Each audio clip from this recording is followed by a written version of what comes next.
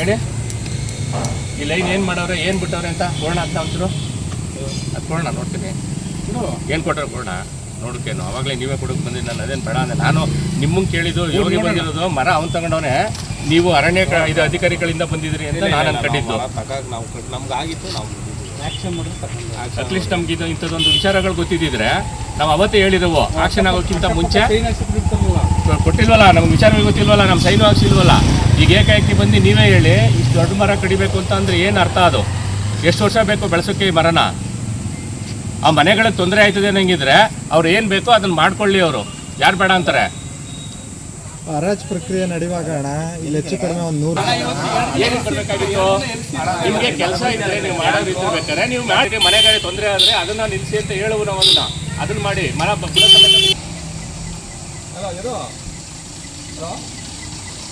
ಇವರೆಲ್ಲ ಹೊಟ್ಟೆಗೆ ಅನ್ನ ತಿಂತಾರೆ ಏನು ತಿಂತಾರೆ ಇವರೆಲ್ಲ ಅರಣ್ಯಾಧಿಕಾರಿಗಳು ಅಷ್ಟೊಂದು ಎಲ್ಲ ಆ ಮಟ್ಟಕ್ಕೆ ಉಗ್ಗಿದ್ದೀನಿ ಬೆಳೆಸಿದ್ರೆ ಗೊತ್ತಾಗೋದು ನೀರಾಕಿ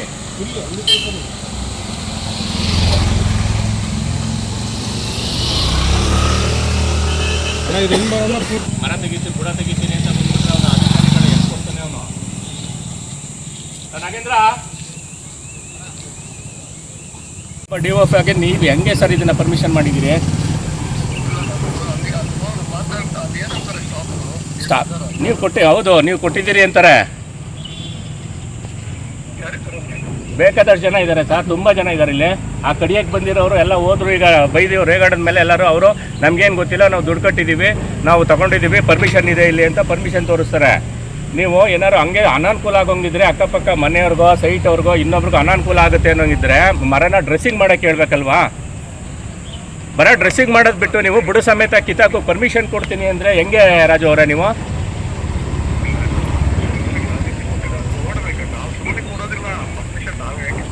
ಅಲ್ಲ ಯಾವ ರೀತಿನಾರು ಇರಲಿ ನೀವು ಬಂದು ಪರಿಶೀಲನೆ ಮಾಡಬೇಕು ನೀವು ಜವಾಬ್ದಾರಿ ಜಾಗದಲ್ಲಿರುವಂಥ ವ್ಯಕ್ತಿಗಳು ನೀವು ಅರಣ್ಯಾಧಿಕಾರಿಗಳು ಬಂದು ಇಲ್ಲಿ ಮರ ಏನಾರ ಯಾವ ರೀತಿ ಇದಕ್ಕೆ ತೊಂದರೆ ಇದೆಯಾ ಜನ ಅನಾನುಕೂಲ ಇದೆಯಾ ಅಕ್ಕಪಕ್ಕ ಮರಗಳಿಗೆ ತೊಂದರೆ ಇದೆಯಾ ಇನ್ನೊಂದು ತೊಂದರೆ ಇದೆಯಾ ಅಂತ ನೋಡಿ ತಾನೇ ಮಾತಾಡಬೇಕು ಅಲ್ವಾ ಇಂಥ ಒಳ್ಳೆ ಮರನ ಇದು 10 ವರ್ಷಕ್ಕೆ 20 ವರ್ಷಕ್ಕೆ ಮರ ಅಲ್ಲ ಇದು 106 ವರ್ಷದ ಮರನ ಬುಡು ಸಮೇತ ಕಿತ್ತಾಕ್ತೀವಿ ಅಂತ ಬಂದು ಎಲ್ಲ ಆಧಾರಗಳು ಹಿಡ್ಕೊಂಡು ನಿಂತ್ಕೊಬಿಟ್ರೆ ಮುಂದೆ ಪರಿಸರ ಉಳ್ಕೊಂಡು ನಮಗೆ ನಿಮಗೆ ನಿಮ್ಮ ಮಕ್ಳಿಗೋ ನಮ್ಮ ಮಕ್ಳಿಗೋ ಉಸಿರಾಡಕ್ಕೆ ಹೆಂಗೆ ಸರ್ ಇದು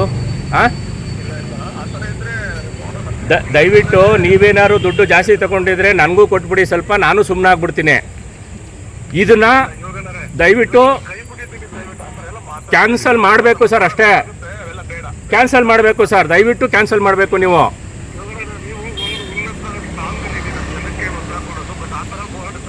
ಹೌದಲ್ವಾ ಅಂದಮೇಲೆ ನೀವು ನಿಮ್ಮ ಗಮನಕ್ಕೆ ಬಂದಿಲ್ಲ ಅಂದರೆ ಏನರ್ಥ ಸರ್ ಅಲ್ಲ ನೀವು ಇಂಥ ಆರ್ಕೆ ಉತ್ತರ ಕೊಡ್ಬೋದಾ ನನಗೆ ಅಲ್ಲ ಸರ್ ನೀವು ನನಗಿನ್ನ ಜವಾಬ್ದಾರಿ ಜಾಗದಲ್ಲಿರೋರು ಸರ್ ನೀವು ನನಗಿನ್ನ ಜವಾಬ್ದಾರಿ ಜಾಗದಲ್ಲಿರೋರು ನೀವು ನೋಡ್ದೇ ಪರ್ಮಿಷನ್ ಸ್ಯಾಂಕ್ಷನ್ ಮಾಡಿದ್ದೀನಿ ಅಂದರೆ ಇದ್ರ ಅರ್ಥ ಏನು ಸರ್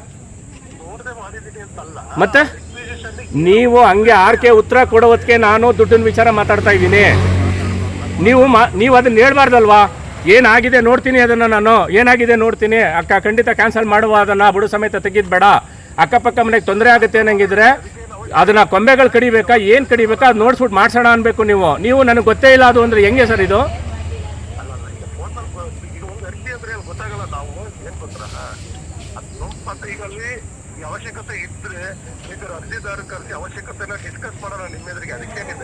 ಅಲ್ವಾ ಡಿಸ್ಕಸ್ ಮಾಡಬೇಕು ಇಲ್ಲಿ ಅಕ್ಕಪಕ್ಕ ಕೇಳಬೇಕು ಈ ಮರದಿಂದ ಎಷ್ಟು ಜನಕ್ಕೆ ತೊಂದರೆ ಆಗ್ತಾ ಇದೆ ಈ ಮನೆಯಿಂದ ಮನೆಗೆ ತೊಂದರೆನಾ ಅಥವಾ ಇಲ್ಲಿ ತಿರ್ಗಾಡೋರಿಗೆ ತೊಂದರೆನಾ ಅಥವಾ ಇಲ್ಲಿ ವೆಹಿಕಲ್ ನಿಲ್ಸೋರಿಗೆ ತೊಂದರೆನಾ ಎಲ್ಲನೂ ಗಮನಕ್ಕೆ ತಗೊಂಡು ಪರ್ಮಿಷನ್ ಆಗಬೇಕಲ್ವಾ ಸರ್ ಈ ಥರ ಇವರು ಹಿಂಗೆ ಅದು ಹೇಳಿದ್ರೆ ನೀವು ನನಗೆ ಗೊತ್ತಿಲ್ಲ ನಾನು ಗಮನದಲ್ಲಿಲ್ಲ ನಾನು ರಾಜ್ಯದಲ್ಲಿದ್ದೀನಿ ಒಂದು ವಾರಕ್ಕೆ ಪ್ರೋಸೆಸ್ ಆಗುತ್ತಾ ಸರ್ ಇದು ಹೇಳಿ ಮಿನಿಮಮ್ಮು ನಿಮಗೆ ನಿಮ್ದು ಸಮಯ ಅಂತ ಇರುತ್ತೆ 1 ತಿಂಗಳಾರು ಬೇಕಲ್ವಾ ನಿಮಗೆ ಹಿಂಗೆ ಪರ್ಮಿಷನ್ ಕೊಡ್ಬೇಕಾದ್ರೆ ಮರ ಕಡಿಯೋಕ್ಕೆ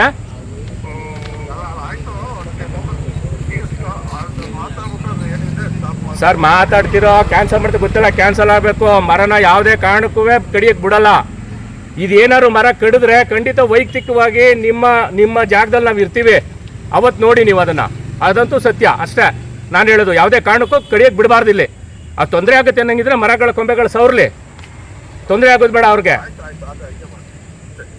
ನಮ್ಮ ಮಂಡ್ಯ ನಗರದೊಳಗೆ ಈ ಅರಣ್ಯಾಧಿಕಾರಿಗಳು ಮಾಡ್ತಾ ಇರೋವಂಥ ಕೃತ್ಯಗಳು ಯಾವ ರೀತಿ ಇದೆ ಅಂದರೆ ತಾಯಿನ ಮಾರಿ ದುಡ್ಡು ಮಾಡುವಂಥ ಲೆಕ್ಕಾಚಾರದಲ್ಲಿ ಅರಣ್ಯಾಧಿಕಾರಿಗಳು ಬಂದವ್ರೆ. ಅದಕ್ಕೆ ಸಾತು ಏನು ಅಂದರೆ ಯಾವುದೊಬ್ಬ ವ್ಯಕ್ತಿ ಅಂದರೆ ಈ ಜಾಗದ ಈ ಕಾಡು ಮನೆ ಅಥವಾ ಸರೋವರ ಹೋಟ್ಲರ್ ಇರ್ಬೋದು, ಈ ಜಾಗದ ಓನರ್ ಹೇಳೋವಂಥದ್ದು ಈ ಮರದಿಂದ ನನಗೆ ತೊಂದರೆ ಆಗ್ತಾ ಇದೆ, ಈ ಮರನ ಬುಡ ಸಮೇತ ಕಿತ್ತಾಕಬೇಕು ಅಂತ. ಅವ್ರ ಕೈಲಿ ಇದನ್ನು ನೆಟ್ಟಿ ನೀರಾಕಿ ಬೆಳೆಸೋಕ್ಕೆ ಯೋಗ್ಯತೆ ಇಲ್ಲದಿದ್ರೂ ಕೂಡ ಇಷ್ಟು ದೊಡ್ಡ ಮರನ ಕಡಿದು ಅರಣ್ಯಾಧಿಕಾರಿಗಳು ದುಡ್ಡಿಗೆ ಮಾರಬೇಕು ಅಂತ ಹೊರಟವ್ರೆ. ಇದನ್ನು 26,000 ರೂಪಾಯಿಗೆ ಒಂದು ಬೀಟ್ನ ಮಾಡೋರೆ. ಈ ಲೈನಲ್ಲಿ ತುಂಬ ಮರಗಳಿದೆ. ಇದು Balbhavan road, Balbhavan park road, ಜೊತೆಗೆ ಮಹಿಳಾ ಸಮಾಜ ರೋಡು. ಇದರಲ್ಲಿ ತುಂಬ ನೆರಳಿದೆ. ಇಲ್ಲಿ ವೆಹಿಕಲ್ಗಳಿರ್ಬೋದು ಅಥವಾ ವಾಹನ ವಿಹಾರಿಗಳಿರ್ಬೋದು ಈ ರೋಡಲ್ಲಿ ತುಂಬಾ ಓಡಾಡ್ತಾರೆ. ಇಲ್ಲಿ ಕೂತು ವಿಶ್ರಾಂತಿ ತೊಗೊಂಡು ಹೋಗ್ತಾರೆ. ಇಂಥ ಪರಿಸ್ಥಿತಿ ಇರುವಾಗ ಈ ಜಾಗದ ಓನರು ಎಂಥ ಅರ್ಕೆ ಉತ್ತರ ಕೊಡ್ತಾರೆ ಅಂದರೆ, ಈ ಮರದ ಅವಶ್ಯಕತೆ ನನಗಿಲ್ಲ, ಈ ಮರನ ಕಡ್ಸಾಕ್ತೀನಿ, ಯಾರೇ ಬಂದರೂ ಕೂಡ ಬಿಡೋದಿಲ್ಲ ಅನ್ನೋ ಮೆಂಟಾಲಿಟಿಗೆ ಮಾತಾಡ್ತಾರೆ. ಈ ಮರದ ಅವಶ್ಯಕತೆ ನಮಗಿದೆ, ಇಲ್ಲಿ ಸಾರ್ವಜನಿಕರಿಗಿದೆ. ಹಾಗಾಗಿ ನಾನು ಈ ಮರ ಕಡಿಯೋಕ್ಕೆ ಬಿಡ್ತಿಲ್ಲ ಇವತ್ತು. ಕಾರಣ ಈ ಪ್ರತಿದಿನ ಇಂಥ ಪರಿಸರ ದ್ರೋಹಿಗಳು ಈ ಪರಿಸರನ ಹಾಳು ಮಾಡ್ತಾ ಇದ್ದರೆ ಏನು ಮಾಡಬೇಕು? ಈ ಸಮಾಜ ನೋಡ್ಕೊಂಡು ಅದನ್ನು ನಗ್ತಾ ಇರ್ತದೆ. ಹಿಂದೆ ಈ ಸಾರ್ವಜನಿಕವಾಗಿ ನಿಂತಿರುವಂಥ ಜನ ಕೂಡ ಅದಕ್ಕೆ ಬೆಂಬಲ ಕೊಡ್ತಾರೆ. ಇದು ಸರಿಯಲ್ಲ. ಯಾಕೆಂದರೆ ಮುಂದಿನ ಪೀಳಿಗೆಗೆ ನೀರಿಲ್ಲ, ಮರ ಇಲ್ಲ, ಗಾಳಿ ಇಲ್ಲ, ಇದೆಲ್ಲನೂ ಹೇಳ್ತಾರೆ. ಯಾರು ಮರ ಕಡೆಗೆ ಬಂದಿರೋದು ಈ ಹರಾಜಲ್ಲಿ ತಗೊಂಡಂಥ ಪಾರ್ಟಿ ಕಡೆಗೆ ಬಂದಿರೋಂಥವ್ರು. ಅದಕ್ಕೆ ಪರ್ಮಿಷನ್ ಕೊಟ್ಟಿರುವಂಥವ್ರು ಅರಣ್ಯ ಇಲಾಖೆಯಿಂದ. ಇವರು ದುಡ್ಡು ಮಾಡೋ ದಂಧೆ ಮಾಡಿಕೊಂಡು ಇವತ್ತು ಇದನ್ನು ನನಗೆ ಮಾಹಿತಿ ಬಂದಿರೋ ಪ್ರಕಾರ 65,000 ರೂಪಾಯಿಗೆ ಮರದ ಇಲ್ಲಿಂದ ಏನು ಇದಿದೆ ಬಾಲಭವನ ಪಾರ್ಕ್ ರೋಡಲ್ಲಿ ಅಲ್ಲಿವರೆಗೂ ಕೂಡ ಕೊಟ್ಟವ್ರೆ. ಆದರೆ ಇಲ್ಲಿ ಲಿಖಿತವಾಗಿ ಬಂದರೆ 16,000 ವಿತ್ತು ಸೆಸ್ಸು ಸೇರಿ 24,000 ರೂಪಾಯಿಗೆ ಇವರು ಇದನ್ನು ಕೊಟ್ಟಿರುವಂಥದ್ದು. ಆ 65,000 ರೂಪಾಯಿ ತೊಗೊಂಡು ಇವರು ಸರ್ಕಾರಕ್ಕೆ ವಂಚನೆ ಮಾಡಿ 24,000 ರೂಪಾಯಿನ ಸರ್ಕಾರಕ್ಕೆ ಕಟ್ಟಿ ಈ ಮರಗಳನ್ನ ಕಡಿದು ಈ ಪರಿಸರನ ಹಾಳು ಮಾಡಬೇಕು ಅಂತ ಹೊರಟಿರೋರ ವಿರುದ್ಧ ಜಯ ಕರ್ನಾಟಕ ಸಂಘಟನೆ ಮಂಗಳವಾರ ಬೆಳಿಗ್ಗೆ ಅರಣ್ಯಾಧಿಕಾರಿಗಳ ಕಚೇರಿ ಮುಂದೆ ನಾವು ಧರಣಿ ಕೂರ್ತೀವಿ. ಯಾವುದೇ ಕಾರಣಕ್ಕೂ ಎಂಥ ಸಮಯದಲ್ಲೂ ಈ ಮರನ ಕಡಿಯೋಕ್ಕೆ ಬಿಡೋದಿಲ್ಲ. ಇದು ಸತ್ಯ ಮಾತ್ರ. ಜೀವ ಹೋಗಲಿ. ಅವನು ಇದು ಚಾಲೆಂಜ್ ಮಾಡ್ತಾನೆ, ಯಾರು ಈ ಜಾಗದ ಓನರ್ ಚಾಲೆಂಜ್ ಮಾಡ್ತಾನೆ, ನಾನು ಅವನು ಚಾಲೆಂಜ್ ಮಾಡಿ ಹೇಳ್ತೀನಿ, ಮರನ ಅವನು ಕಡಿಲಿ. ಅದೇನಾಗುತ್ತೆ ನೋಡೇ ಬಿಡೋಣ. ಇದು ಜಯ ಕರ್ನಾಟಕ ಸಂಘಟನೆ ಎಚ್ಚರಿಕೆಯಿಂದ ಹೇಳ್ತಾ ಇದ್ದೀನಿ. ನಾನು ವೈಯಕ್ತಿಕ ವಿಚಾರಗಳಿಲ್ಲ. ಯಾವುದೇ ಒಬ್ಬ ವ್ಯಕ್ತಿ ಅವನು ಬದುಕಬೇಕು, ಅವ್ರ ಮನೆ ಮಠ ಚೆನ್ನಾಗಿರಬೇಕು ಅನ್ನೋ ವ್ಯಕ್ತಿ ಈ ಪ್ರಪಂಚದಲ್ಲಿ ಬೇಕಾಗಿಲ್ಲ. ಇಂಥ ಮರ ಹೊಂದಿದ್ರೆ ಸಾಕು, ಅಂಥ ವ್ಯಕ್ತಿಗಳು ಬೇಕಾಗಿಲ್ಲ.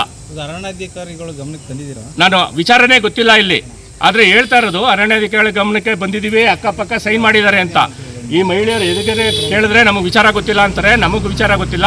ಕಾಡು ಮನೆಯವರಿಗೆ ಒಬ್ಬರಿಗೆ ವಿಚಾರ ಗೊತ್ತಿದ್ರೂ ಗೊತ್ತಿರ್ಬೋದು. ಯಾಕೆ ಅಂದರೆ ಇದು ಆ ಹೋಟೆಲ್ ಹೆಸರು ಮಾತ್ರ ಇಲ್ಲಿ ಅಲ್ಲಿ ತೋರಿಸಿದ್ದಾರೆ ಇದರ ಮುಂದೆ. ಹಾಗಾಗಿ ಈ ಯಾವುದೇ ಕಾರಣಕ್ಕೂ ಕಡಿಯೋಕ್ಕೆ ಬಿಡುವಂಥ ಮಾತೇ ಇಲ್ಲ, ಕಡಿಸೋದಿಲ್ಲ. ಇದು ವೈಯಕ್ತಿಕ ವಿಚಾರ ಅಲ್ಲ, ಇದು ಪರಿಸರದ ವಿಚಾರ. ಹೌದು, ಇವತ್ತು ಸೆಕೆಂಡ್ ಸ್ಯಾಟರ್ಡೇ ಇದೆ, ಭಾನುವಾರ ಇದೆ, ಜೊತೆಗೆ ಸೋಮವಾರ ಅಂಬೇಡ್ಕರ್ ಜಯಂತಿ ಇದೆ. ಇವೆಲ್ಲ ನೋಡ್ಕೊಂಡೇ ಕೂಡ ಈ ಬಿಲ್ನ ಪಾಸ್ ಮಾಡಿದ್ದಾರೆ. ಅವ್ರಿಗೆ ಮರಗಳನ್ನ ಕಡಿಯೋಕ್ಕೆ ಪರ್ಮಿಷನ್ ಕೊಟ್ಟಿದ್ದಾರೆ. ಇದು ಯಾವುದೇ ಕಾರಣಕ್ಕೂ ಬಿಡೋದಿಲ್ಲ ನಾವು. ಮರ ಕಡಿಬಾರ್ದು ಅಷ್ಟೇ, ಮರ ಕಡಿಬಾರ್ದು. ಅವರ ಕಾರಣಗಳಿದ್ದರೆ ಏನು ಕೊಂಬೆಗಳಿದೆಯೋ ಅವ್ರಿಗೆ ತೊಂದರೆ ಆಯ್ತಾ ಇದೆ, ಕೊಂಬೆಗಳ ಸವರ್ಲಿ. ಅದೊಂದು ಏನು ಬೇಕೋ ಅದು ಪ್ರೊಸೀಜರ್ ಇದೆಯೋ ಅದು ಮಾಡಲಿ. ಆದರೆ ಇದನ್ನು ಈ ಮರನ ಬುಡ ಸಮೇತ ಕಿಳ್ತಾಕ್ತೀನಿ ಅಂದರೆ ಅರ್ಥ ಏನು? ಏನಾಗಬೇಕಂತೀರಿ? ಕಡಿಬಾರ್ದು, ಮರನ ನಿಲ್ಲಿಸಬೇಕು. ಈ ಅರಣ್ಯಾಧಿಕಾರಿಗಳಿಗೆ ನಾವು ಗೆರವು ಮಾಡ್ತೀವಿ. ಅವತ್ತು ನಾವು ಮಂಗಳವಾರ ಧರಣಿ ಕೊಡ್ತೀವಿ. ಅಲ್ಲಿ ಅಲ್ಲ, ಪರ್ಮಿಷನ್ ಹೆಂಗೆ ಕೊಟ್ಟಿದ್ದಾರೆ ಅಂತ ಅವರು ಕೇಳ್ತೀವಿ. ನಾವು ವಿಚಾರಗಳು ಗೊತ್ತಿಲ್ಲ, ಕೊಡ್ತಾರೆ. ಯಾಕೆ ದುಡ್ಡಿದೆಯಲ್ಲ, 65,000 ದುಡ್ಡು ತೊಗೊಂಡವ್ರೆ, 24,000 ಇದೆ, 40,000 ಅವ್ರ ಜೋಬಳಿಗೆ ಇಳಿಸಿದಾರಲ್ಲ, ಇದೆ ಅದು. ಹಂಗಾಗಿ ಕೊಡ್ತಾರೆ. ದುಡ್ಡು ಕೊಟ್ಟರೆ ಏನು ಮಾಡೋದಿಲ್ಲ. ಇವತ್ತು ಮುಂಚೆನೇ ಹೇಳಿದ್ನಲ್ಲ, ತಾಯಿನಾರು ಮಾರಿ ದುಡ್ಡು ಮಾಡುವಂಥ ಅಧಿಕಾರಿಗಳಿಗೆ ಇದು ಗೊತ್ತಾಗಬೇಕು. ಯೋಗಣ್ಣ ಅಂತ, ಜಯ ಕರ್ನಾಟಕ ಸಂಘಟನೆ ಜಿಲ್ಲಾಧ್ಯಕ್ಷರು.